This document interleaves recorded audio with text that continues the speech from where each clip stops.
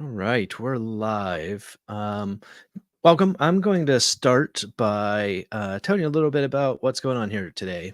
Um, by way of introduction, my name is Jason. One of the areas that I like to think that I specialize or focus in is around developer experience and what makes a product usable and something that a developer can feel comfortable adopting and being productive with, and that covers a wide range of things. And so what that means is I'm actually using this time to explore a new product that I haven't used before.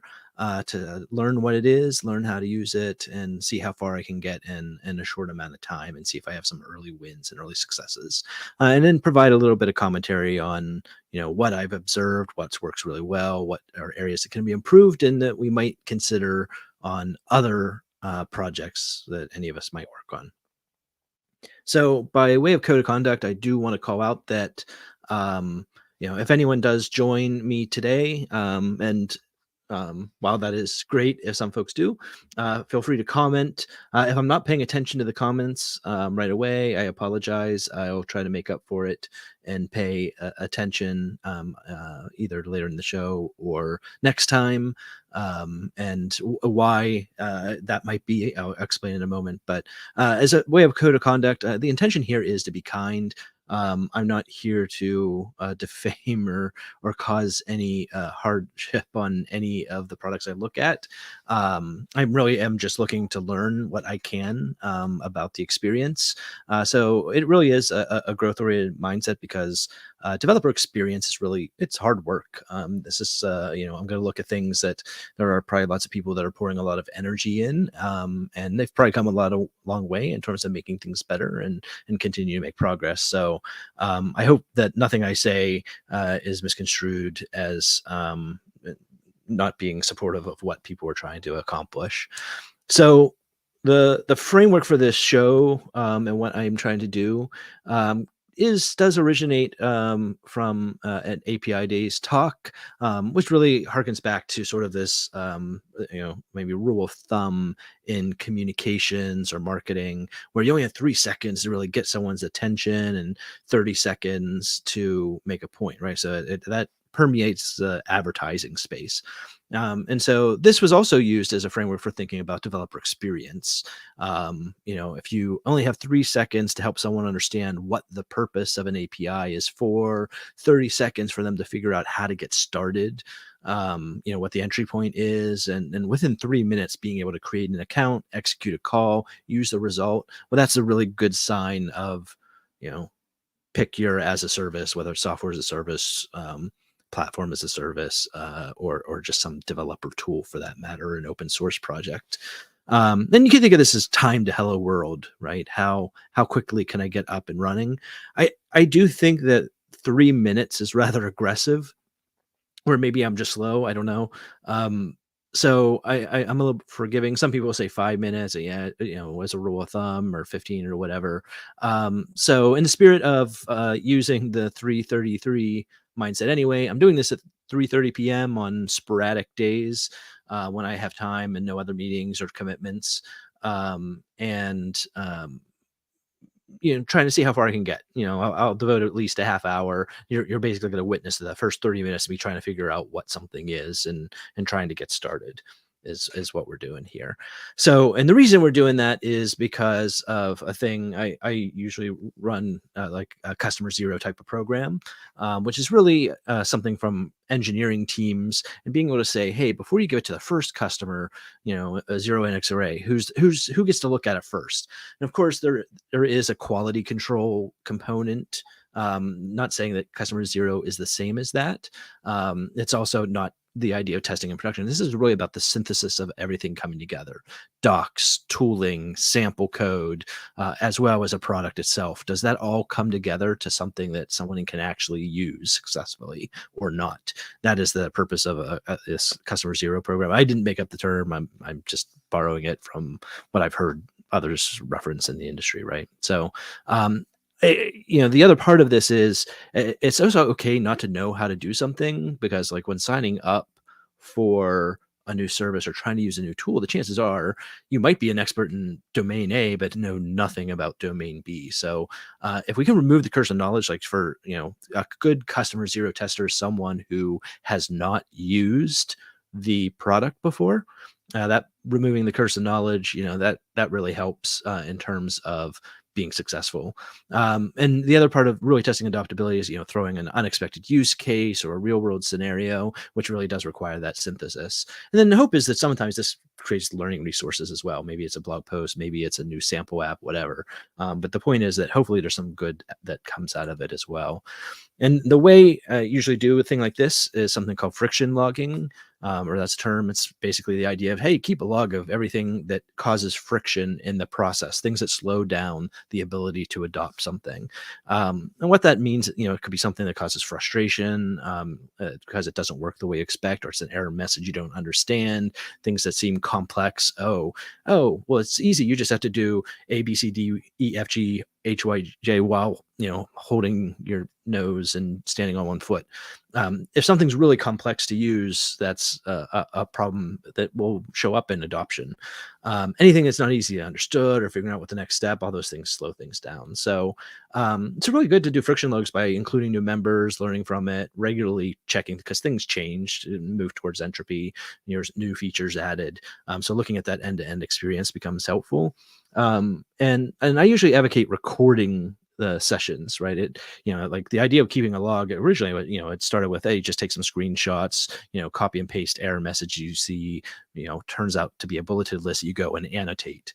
I basically say, hey, let's do this as a recorded session, video and audio, so that while I'm doing a test, I don't have to focus on the record keeping side of things, and I can go back and review the video afterwards and then do the annotations or take screenshots or whatever. So that is actually the spirit of why I'm streaming this. So I appreciate the fact that someone is interested in hearing me talk out loud while I'm testing something. So thank you for joining me today. But in some ways I am doing this for myself, just as a learning experience and to keep a record of it. So I think by streaming it, it's kind of keeping me honest. So again, sporadically 3:30 p.m. Pacific time. It's not when I don't have meetings or other time commitments, and I can kind of spare a little bit of time to go explore new technology. Sending this out on Twitch and YouTube, so you can catch recordings and things depending. And I have a website that's really just a text file. It's not anything more than that right now. It's just where I do some testing and experiments. But right now, I'm looking at a company called Monite. I'm not affiliated with them. I might not even be pronouncing it correctly.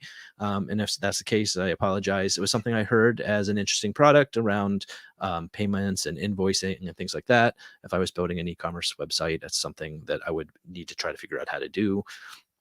After that, I'm looking at Ably. That's inspired by an upcoming hackathon, so that'll be next week. As well as I heard about a new tool called Find, AI-powered search. Never used it before, don't know anything about it, so I'm gonna broadcast my first 30 minutes or so of actually looking at it. So with that out of the way as a preamble, let's go ahead and get started. I will move this out of the way, and I'm gonna start a timer as well, just to kind of keep track of how things are going. So all right, so here's the website. But I'm gonna actually back out because usually when I hear about a new tool and I hear a word I don't understand, I'm gonna make this a little bit bigger too, so hopefully people can see or read as much as necessary. Um, Usually I'm going to search for something right off the bat, just before even going to the website. That's usually one way of finding the website in the first place, but also to just see what else results. So not knowing anything about the company per se, if I'm searching for it, what is it I'm going to find? I can see that already it's, here as a sponsored post. And I'm guessing some of the competitors are also going after the keywords and things like that. But SEO from a adoptability point of view is also really important, something to monitor, because as I do this search, some of these early links are probably the things I would more likely discover and click on. And so in some cases, if it's not the main website or the main entry point, like this is why, everyone might think you go into a .com and then you start reading the docs from there, but usually I come in through some other area. But here I don't actually see a whole lot of other pages about it. So That means going right into the website. I'll go ahead and close that. So let's see, what do we find here? Unlocks new revenue streams by embedding invoicing, payments, things like that. So I was thinking of this as, yeah, something I can add to my website and collect money. Um, if I noticed in some of the searching and what I'm seeing here, even in recommendations, might be a little bit more of a European company or more international. I don't know. It says backed by some other founders and execs that are coming from other fintech areas. So that's kind of good. I wonder what get demo means. So I see the URL says free demo, but does that mean I have to schedule a call? I'm curious enough. I'm going to go ahead and click that just to see what happens. ARAP accounts payable, payments, that sort of thing, and monetizing every customer. Um, okay, so yeah, so this, in terms of that, I would have to talk to somebody.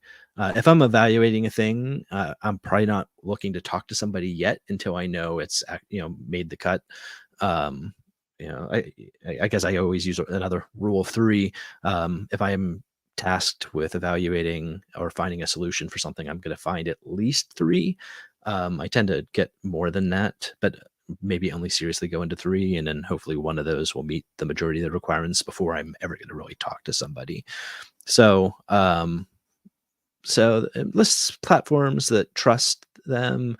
Um, I don't have. I do like when companies do something like this, especially if there's name recognition on some of them. Again, this is why I think this might be a international company. I don't recognize any of those names necessarily. Um, let's see. I'm going to close this. Um, grow revenue, cash flow, attract more users, invoicing, and getting paid fast.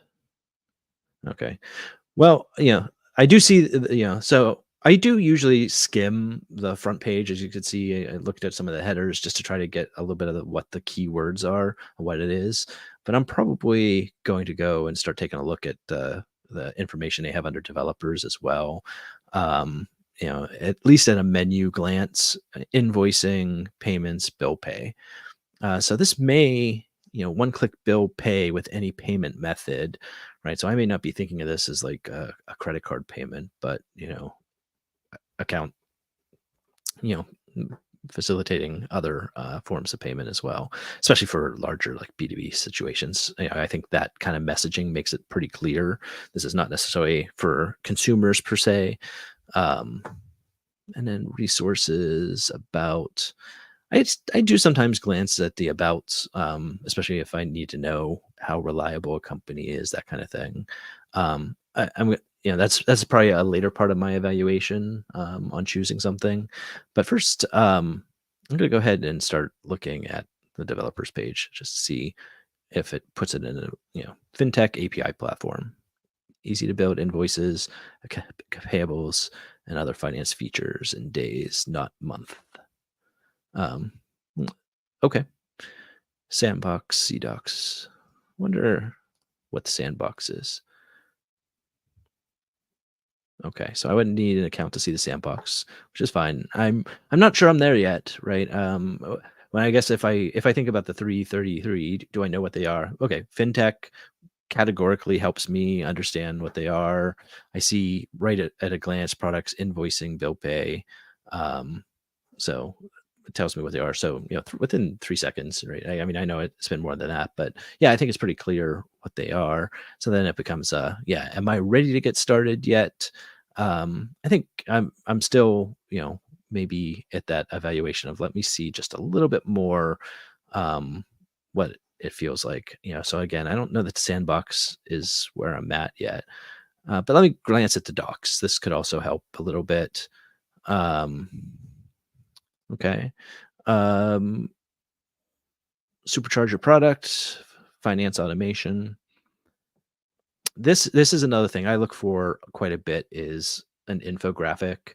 And I'm okay if it's a architecture that, is a little bit more marketing oriented, but something that tells me what are the main components and what are the main data flows.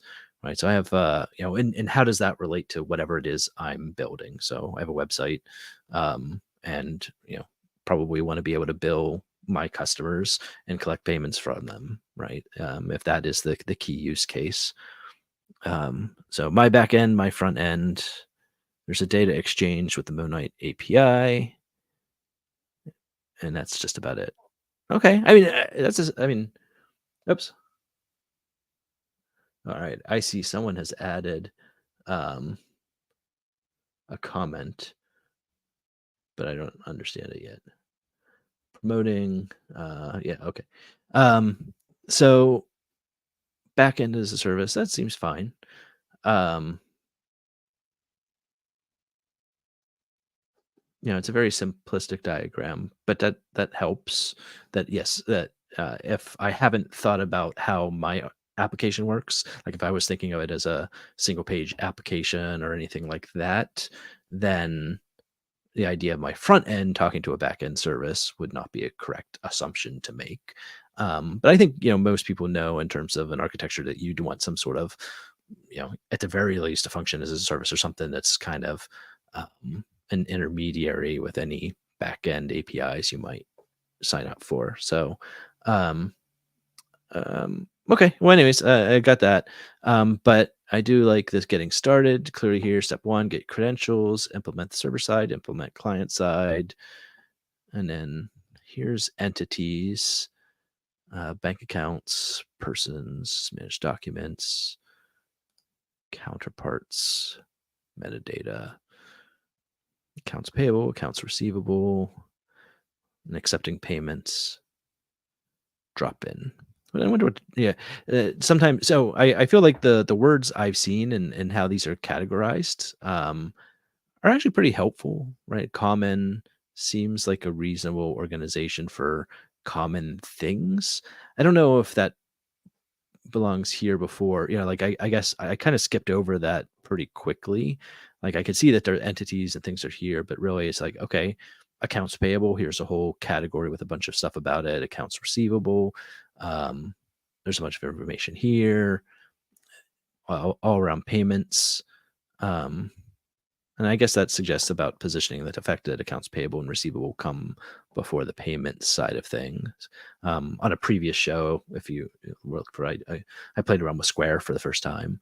Um, and I think about it, it's like I haven't really used Stripe. I haven't checked out PayPal's APIs and developer platform in a while. So there are other tools out there for payments that might be worth exploring, and I haven't looked at them lately.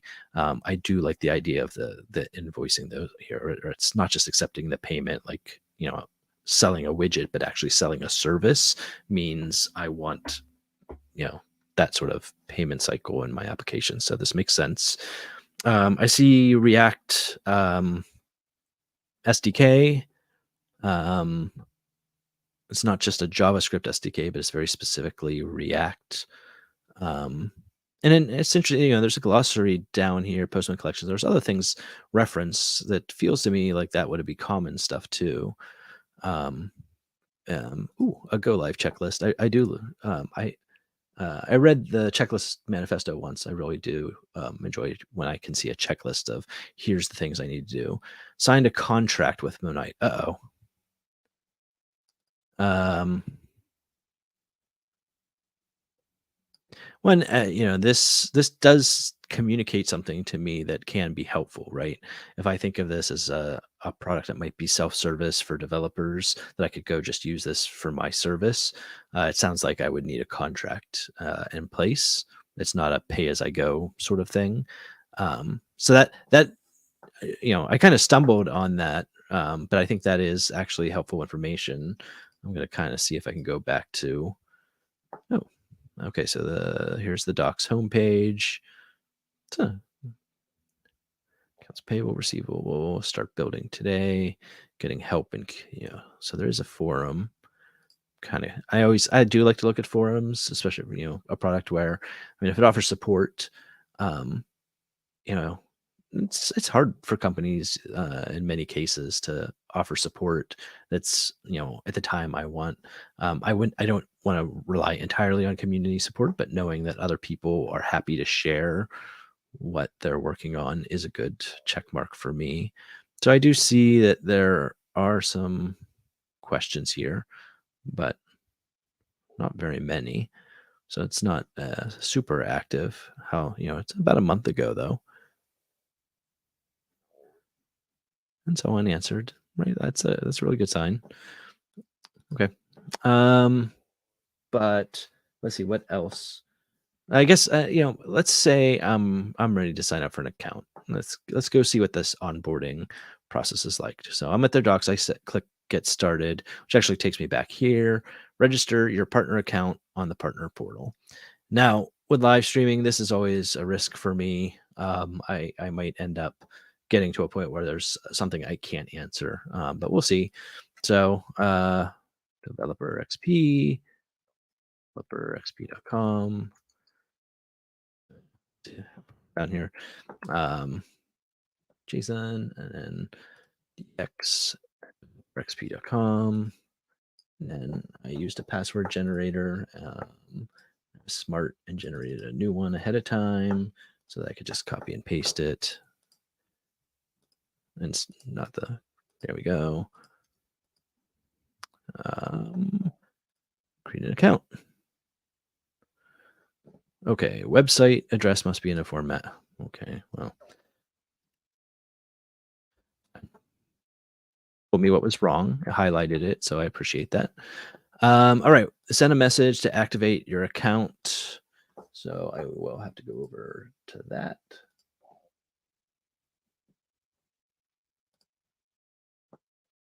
Oops. Sorry.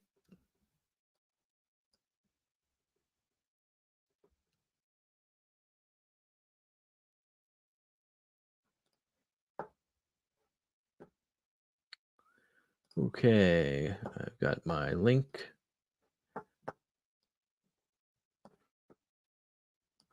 All right. So I think this has taken me to a developer portal. Um, there's two different reactions I have here right off the bat. One is, um, you know, it looks a little sparse, but on the other hand, it really helps me figure out where to focus. And it tells me what to do. Create your first project, right? You have different projects depending on the region and the countries you're operating in. Um, I'm not sure if I know enough on, like, I'm guessing I'm only ever going to have one project, unless I was a much larger company with lots of different business groups that all need to track their own billing separately. Maybe. I don't know. Go ahead and name the project the same. I see users. Okay, so I have a new sandbox project. Under users, looks like I can invite other users. Just kind of curious. Just give them an email. Admin, business developer roles. That's nice. Not a lot of companies think about that. That it does take more than one person to build something. So it's kind of seems like there's a little bit of forethought there that I could add collaborators in with me. But in terms of this project, so I see API credentials. Let's create your first API credential for your current project. Okay. All right. Well, it's good. It's given it in plain text.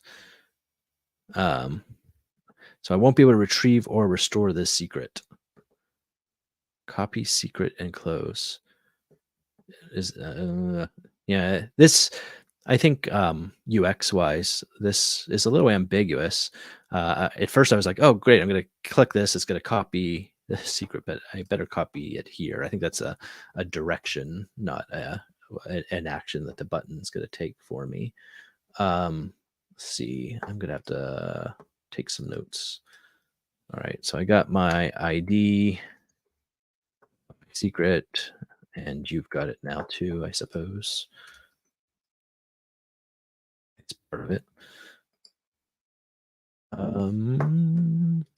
Yeah, because let's see. Yeah, as soon as I do that, it's gone. Yeah. So I can see that it's obscured here. I would have, when I see this in a lot of other apps, it's usually obscured. Even in the other, I'm able to copy it, but it wouldn't be visible for this use case of me sharing my screen with someone else that's trying to help me, I guess. I don't know. That depends on how concerned. So it looks like I can add more than one credential though, and I guess maybe that's useful.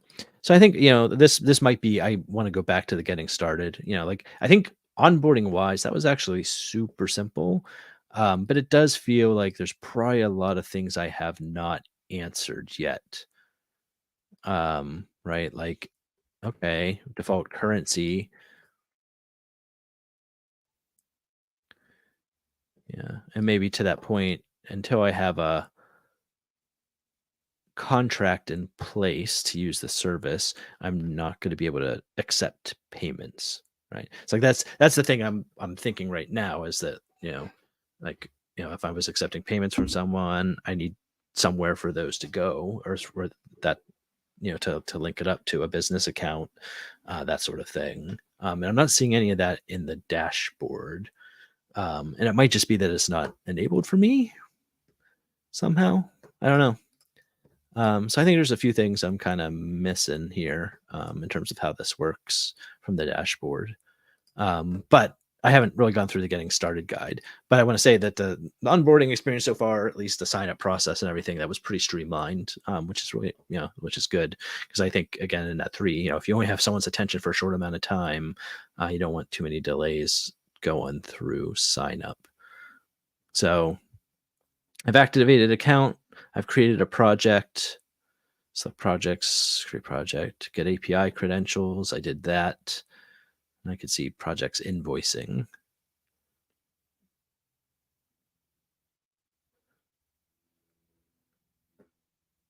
Okay.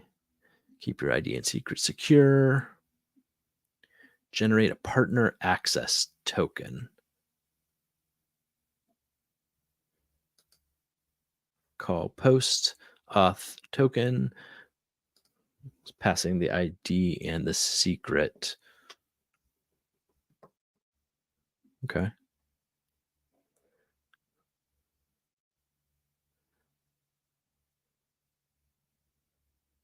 Yeah.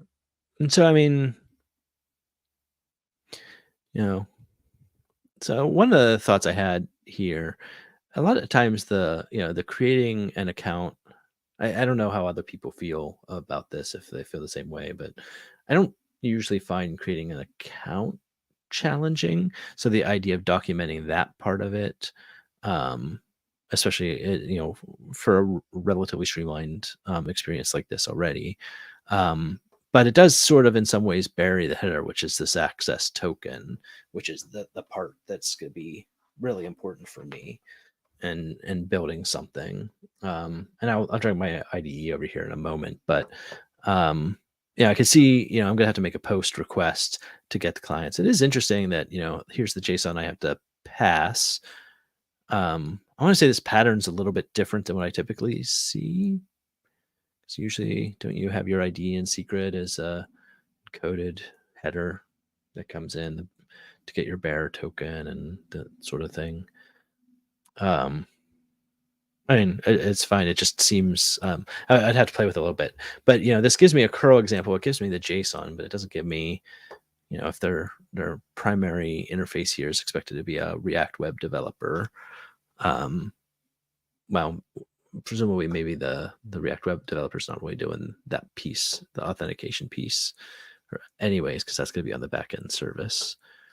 So let's, so I think, so I think this section I probably would have expected here at step 2. Um, try in Postman instead. Postman's a great tool. You can go try the collection. I'm not sure I'm there yet. I mean, a Postman collection at this stage might help me learn how to use the APIs quickly, but I don't know if learning the APIs is my goal yet, so much as figuring out whether or not this solves the problem for me of generating a bill for like a monthly service, and then scheduling that to be every 30 days or whatever the terms of the deal is. So, before proceeding, make sure you completed steps in step one, get your credentials, and able to generate a partner access token. Which, so that's an example, right? Like this refers back to step one, but effectively this was the takeaway anyway, right? Was yeah, you have to send this little JSON response. Here's the curl command I could use.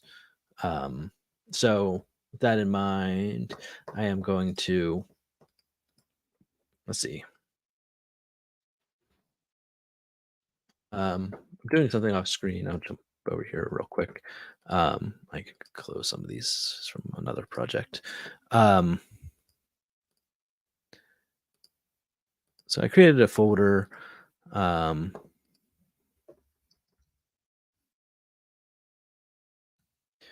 I'm gonna an end file with my Monite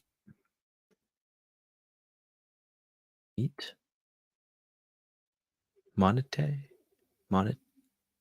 I bet it's Monite.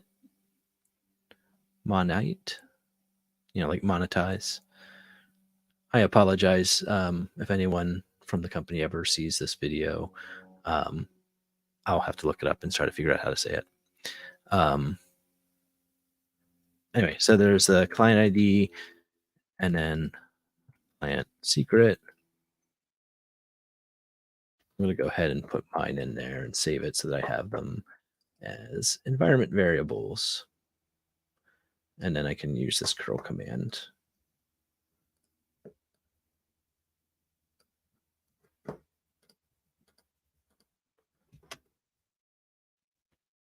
Yeah, that's not as exciting. Okay, let's bring that back here. I guess you probably don't need this much real estate in the ID when I'm just doing a little terminal thing. Okay. Um,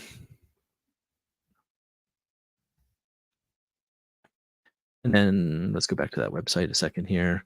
So if I were to copy and paste this,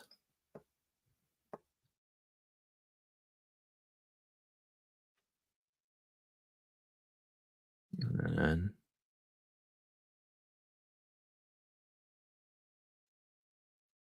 what did I call it? I did it just a second ago and I've already forgotten. I'm going to open up another terminal so I can look at it.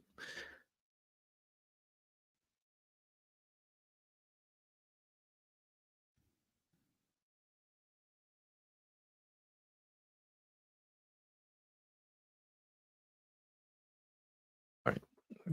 I called it client secret. And this is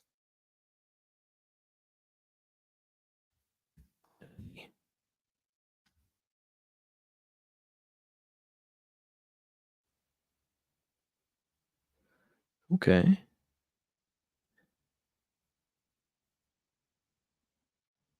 Huh.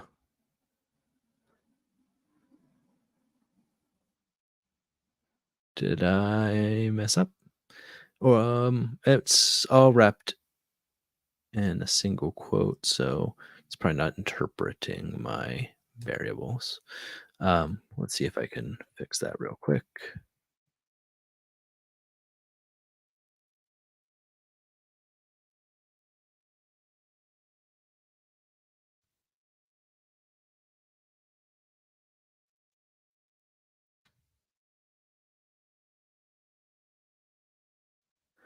Hmm. I might be acting incompetent here. No, it actually. So it wasn't that.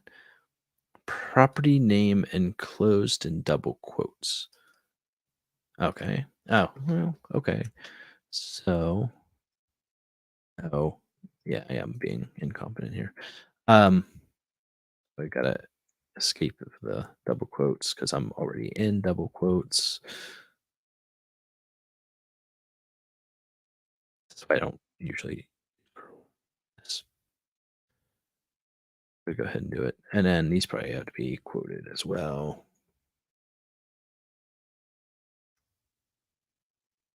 This isn't gonna work, is it? Shell. Maybe I should have used the Postman collection after all. Yeah. Oh, okay. Well, that worked.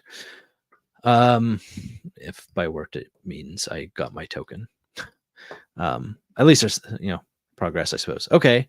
Um, sorry. It's a little sloppy, um, but I think I think that is I've made this mistake. Well, you could argue it's not really a mistake. It's just um, giving only curl as an example. You know, if I was running Windows, suddenly I might have some other obstacles I have to get over to be able to use curl to begin with. If I was someone who plays a developer, um, for whatever my role is, but really I'm just, specialize in some domain.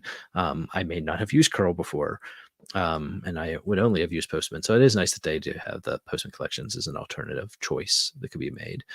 Um, but the long and short of it is, okay, I got my access token, I got a token type, I've got the expiration. So that all worked correctly.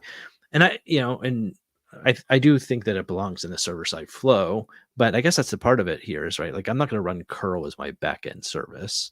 I'm already going to have to wrap that up as a node function or something else. So there's probably a point here that was not really my end objective, but maybe that'll help me figure out how things work. Handle the token expiration.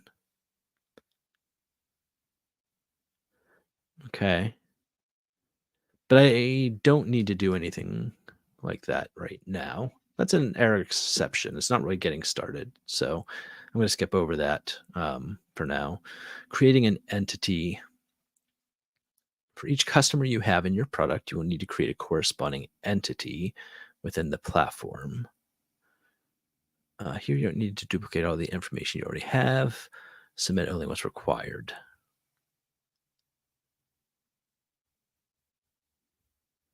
Okay. So here, an entity is, a company or like a type organization, has a name, address, contact information. That seems reasonable. I find it interesting that I'm doing this as a post here. Um, and I think back to this portal. Oops, I probably should not have clicked that.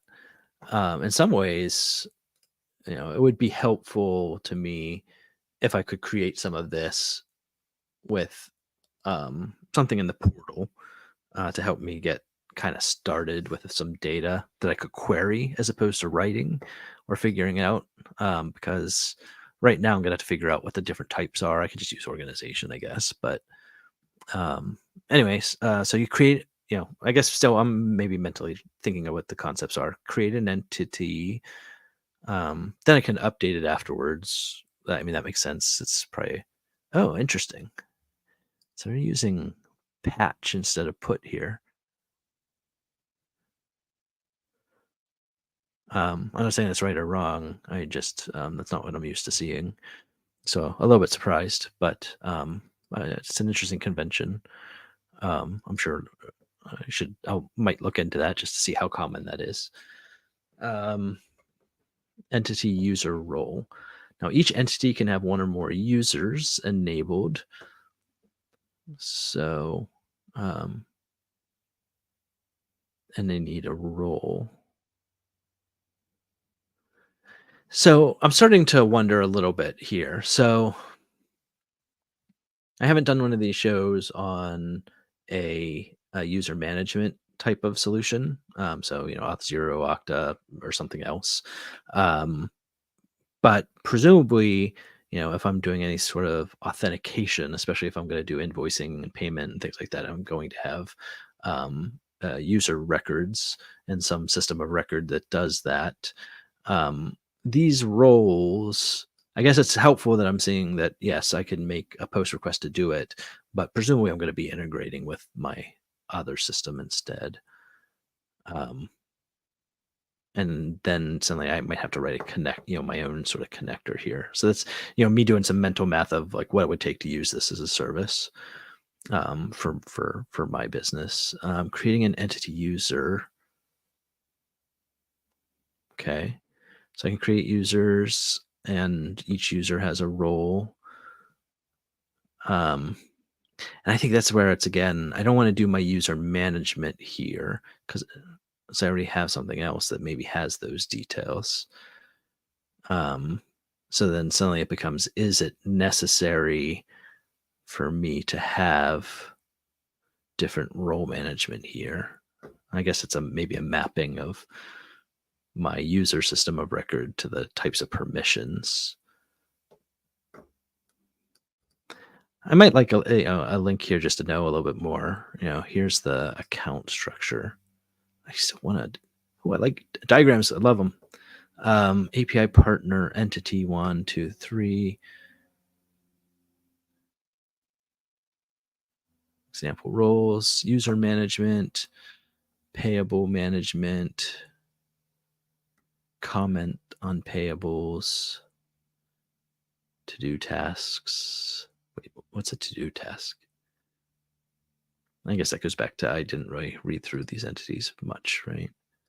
That's not, I don't see that there. Transactions, reconcile. I don't know. I haven't thought about the fintech space deeply here. I don't know if this is the entity model I was expecting. I mean, obviously users, and then maybe each user has an account, and then there's a history of notes and things like that. That all seems reasonable that I would want to associate those things together. Um, but I was thinking of like bills and invoices and some of these other kind of like primary objects is something that might be part of it. And, the status of the thing is probably being tracked. Anyways, I'm getting maybe too deep when I'm still, and maybe that's part of it here is right. So I was able to get my token. So is that Hello World? I don't know. I don't know if that's Hello World yet. Um, and then this is a, you know, let's say generally a decently structured tutorial, right? Like it's walking me through some of the important concepts. But on the other hand, it is also going through some concepts that I don't necessarily need to achieve my first Hello World outcome. I don't think. So in some ways this is like a tour of the various things, which is fine. Um, I probably say that a lot. I try to be supportive. Um, okay. Um, we have built all the required components in the server side implementation. I don't know that I have here yet though, right? Because I'm not going to be running curl on any of these types of things. I mean, I guess I could to get there, but like, okay, let's jump to the client side for a moment. And I guess that gets back to this. There is a React SDK, but that's only going to be used on the front end. So I wonder if there's, like an npm package or something for the back end. I might have to go look for that if I were, I don't think me running the curl commands is going to get me closer to a goal. Um, Multiple integration options for partners. Drop in. It's a component library built with Java web components or JavaScript web components or just, web components, which I appreciate. Although that is now getting me into a question here. So here it's suggesting, like web components, but there's a React SDK. So do they mean web components here or React components here with the drop in? It could go either way. But yeah, there's an interesting thing happening, and I don't know. Every Something's disabling my right click. I don't know if that's just my computer. No,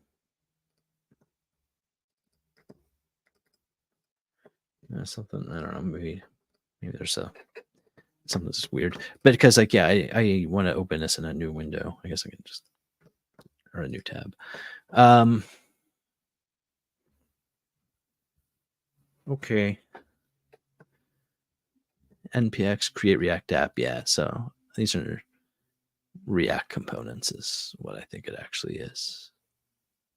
I mean, I guess they could be wrapping web components with React components too. Um, But okay, so I mean, I think the thing that would really help here, me at least, is maybe some UI pictures, um, to know what are these drop-in components? Like, what do they look like? Because I don't know if I want to use one or not without actually seeing it. Um, Ready to use React components connected. Yeah, API only. Okay, wait. Implement client side. So here we go. Again, to a certain extent, I don't know that this helped me get started yet.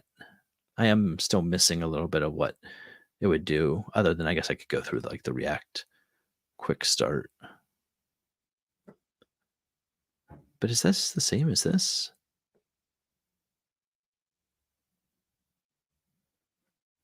npm create React app, my app, npm install. I guess it's skipping over that, which is interesting. And that to drop in is saying to start with a React app. Maybe these are meant as like step A, then B, SDK drop in. And there's the Monite app element. User authentication. So yeah, so this does want to handle user management for me as well.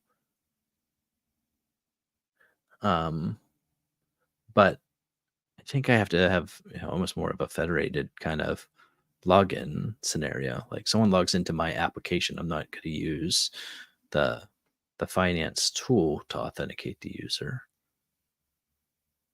as well, which then means then I've got to connect that here. Um, I don't think I want user authentication here. So I think this is going, you know, I mean, I haven't, in this onboarding, I haven't really talked about like the architecture I'm thinking of for my application. I'm just trying to understand how this tool works and how it would fit in. But I feel like here I'm getting the sense of this incompatibility. And it's again, if I'm logging in, I'm have my own app. I'm maintaining my users. I want to know what they do. And they're using the primary function of my application, but I also want to give them a monthly invoice. I don't want to have to authenticate them on a per user basis to this system, or it's more that it's my application that needs to authenticate in order to be able to see what bills are associated with that user, right?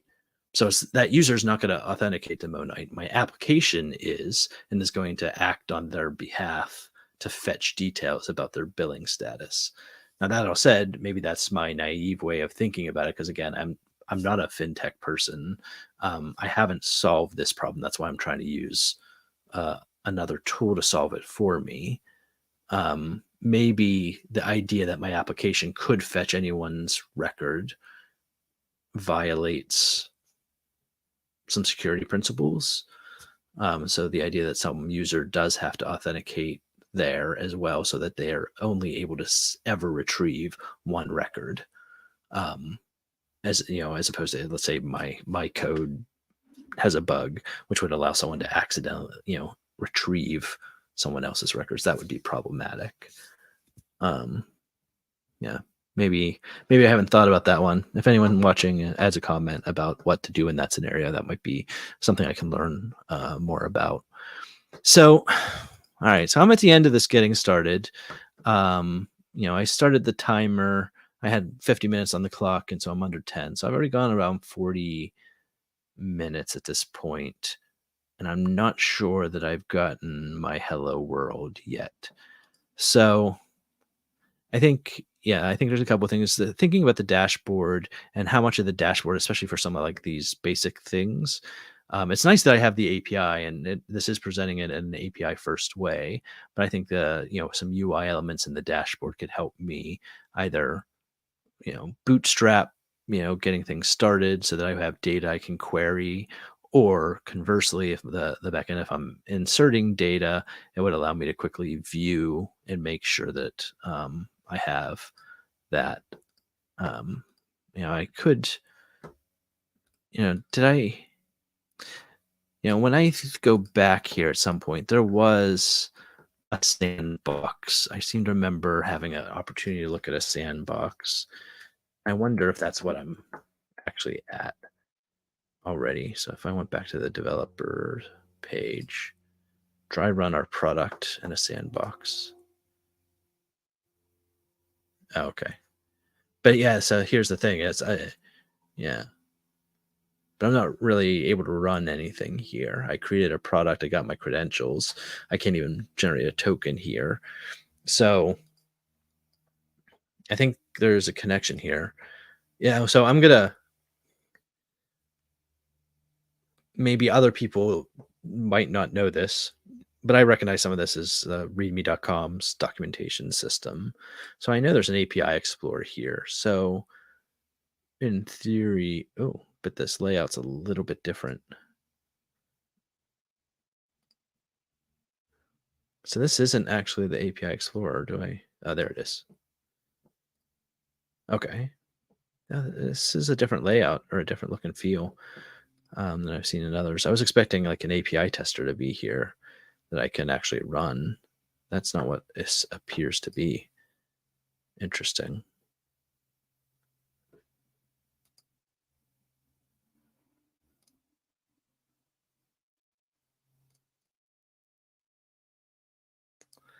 I think I'm, yeah, so a little stuck here. Or maybe not stuck's not the word. I think it's I realize I'm gonna have to go through a little bit more heavy lifting to get to that hello world, including almost writing an application to use the APIs before I can really get a feel for if they are going to work for me and not. Um, so let's explore other resources real quick before I call it in the last few moments. Yeah, let me go back to .com page and see. So there's GitHub repositories. I think this, having a sample here could be very helpful. So let's see. Oh, so here we are, a Germany-based company. Um, there's not a whole lot of information here right now. A, API first company. That's good, subtle, or not, kind of reinforcing what I was getting a sense of, which is good. But let's see. I mean, we do see some activity here. Um, Next.js and Clerk auth. I don't know Clerk, or I haven't used it. I'll have to look that up later and maybe play with it. API style guide. Interesting. There's a lot of stars for this one. I'm just kind of curious what they have here.